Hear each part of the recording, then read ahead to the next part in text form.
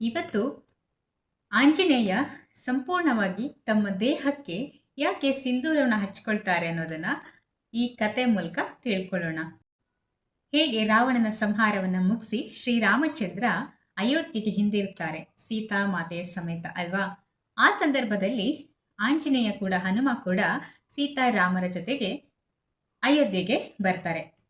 ಅಯೋಧ್ಯೆಯಲ್ಲಿ ಬಂದಾಗ ಒಂದು ದಿನ ಸೀತಾಮಾತೆಯ ಕೊಠಡಿಯ ಸಮೀಪ ಹಾದು ಹೋಗ್ತಾ ಇದ್ದಾಗ ಸೀತಾಮಾತೆ ಕನ್ನಡಿಯ ಮುಂದೆ ಕೂತು ಸಿಂಧೂರವನ್ನ ಹಣೆಗೆ ಇಡ್ತಿರುವ ದೃಶ್ಯವನ್ನ ಹನುಮ ನೋಡ್ತಾನೆ.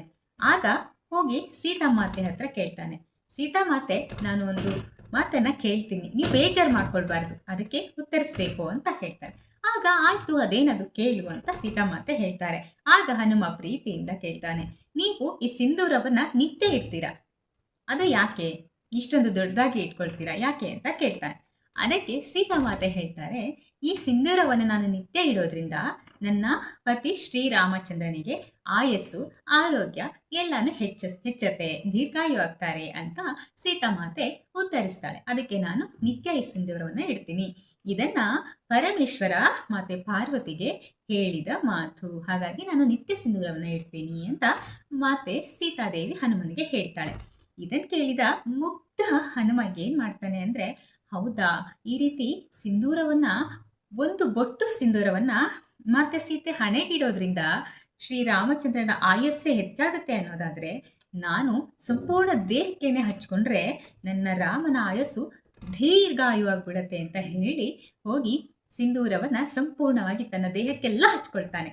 ಇದನ್ನು ನೋಡಿದ ಸೀತಾ ಮಾತೆ ಭಯಪಟ್ಟು ರಾಮಚಂದ್ರನ ಹತ್ರ ಹೋಗಿ ಹೇಳ್ತಾಳೆ, ಶ್ರೀರಾಮಚಂದ್ರ ಈ ರೀತಿ ಹನುಮ ದೇಹಕ್ಕೆಲ್ಲ ಸಿಂಧೂರವನ್ನ ಬಳ್ಕೊಳ್ತಾ ಇದ್ದಾನೆ ಅಂತ. ಆಗ ರಾಮ ಬಂದು ನೋಡಿದಾಗ ಮುಗುಳನಾಗುತ್ತಾ ಹನುಮ ಕೂಡ ರಾಮನ ಕಡೆಗೆ ಬರ್ತಾ ಇರ್ತಾನೆ. ಆಗ ರಾಮ ಇದೇನಿದು ಯಾಕೆ ಹೀಗೆ ಹಚ್ಕೊಂಡಿದ್ಯಾ ಅಂತ ಕೇಳಿದಾಗ ಹನುಮ ಮುದ್ದು ಮಗುವಿನ ಹಾಗೆ ಮುಗ್ಧವಾಗಿ ಆನ್ಸರನ್ನು ಮಾಡ್ತಾನೆ, ಉತ್ತರವನ್ನು ಕೊಡ್ತಾನೆ. ಅದೇನು ಅಂದರೆ, ಮಾತೆ ಒಂದು ಬೊಟ್ಟು ಸಿಂಧೂರನ ಇಟ್ಕೊಳ್ಳೋದ್ರಿಂದ ನಿಮ್ಮ ಆಯಸ್ಸು ವೃದ್ಧಿಸುತ್ತೆ ಅನ್ನೋದಾದರೆ ನಾನು ದೇಹ ಪೂರ ಹಚ್ಕೋತೀನಿ, ಇದರಿಂದ ನಿಮ್ಮ ಆಯಸ್ಸು ದೀರ್ಘಾಯು ಆಗಿರಲಿ ಅಂತ ಹೇಳ್ತಾನೆ. ಆಗ ರಾಮನ ಕಣ್ಣಲ್ಲಿ ನೀರು ಸುರಿಯೋದಕ್ಕೆ ಶುರುವಾಗುತ್ತೆ, ಪ್ರೀತಿಯಿಂದ ಆಲಿಂಗನವನ್ನು ಮಾಡ್ಕೋತಾನೆ. ಆ ಕಾರಣಕ್ಕೆ ಮಂದಿರದಲ್ಲಿ ಹನುಮನಿಗೆ ಈಗಲೂ ಸಿಂಧೂರವನ್ನ ಹನುಮನ ಸಂಪೂರ್ಣ ದೇಹಕ್ಕೆ ಅಲಂಕರಿಸಿ ಪೂಜೆಯನ್ನು ಮಾಡಲಾಗತ್ತೆ. ಈ ಮೂಲಕ ನಾವೇನು ತಿಳಿಬೋದು ಅಂತ ಹೇಳಿದ್ರೆ, ಭಕ್ತ ಭಗವಂತನ ಮುಂದೆ ಮುಗ್ಧನಾಗಿರಬೇಕು. ಎಲ್ಲ ತಿಳಿದವನಂತಲ್ಲ, ಎಲ್ಲ ತಿಳಿದರೂ ನನ್ನ ಭಗವಂತನಷ್ಟನ್ನೇನು ನಾನು ತಿಳಿದಿಲ್ಲ ಎನ್ನುವ ಸತ್ಯವನ್ನು ತಿಳಿದುಕೊಂಡು ಮಗುವಿನಂತೆ ಮುಗ್ಧವಾದ ಮನಸ್ಸನ್ನಿಟ್ಕೊಂಡ್ರೆ, ಶುದ್ಧವಾದ ಮನಸ್ಸನ್ನಿಟ್ಕೊಂಡ್ರೆ ಭಗವಂತನ್ ಸ್ವಯಂ ಒಲಿತಾನೆ ಅನ್ನೋದಕ್ಕೆ ಈ ಹನುಮನ ಮುಗ್ಧವಾದ ಪ್ರೀತಿ ತುಂಬಿದ ಭಕ್ತಿಯೇ ಸಾಕ್ಷಿಯಾಗುತ್ತೆ. ಜೈ ಸೀತಾರಾಮ್, ಜೈ ಹನುಮಾನ್.